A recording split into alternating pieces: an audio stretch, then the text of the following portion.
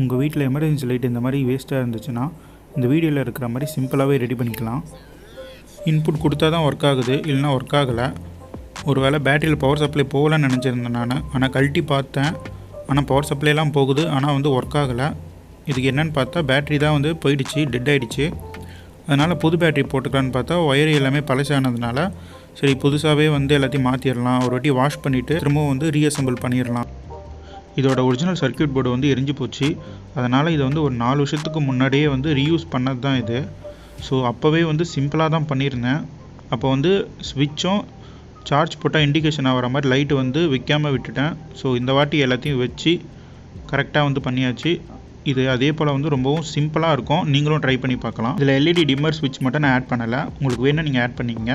இப்போ சார்ஜ் போட்டால் இண்டிகேஷன் ஆகும். 1 ஹவர் கழிச்சு செக் பண்ணி பார்த்தா நல்லா ஒர்க் ஆகுது.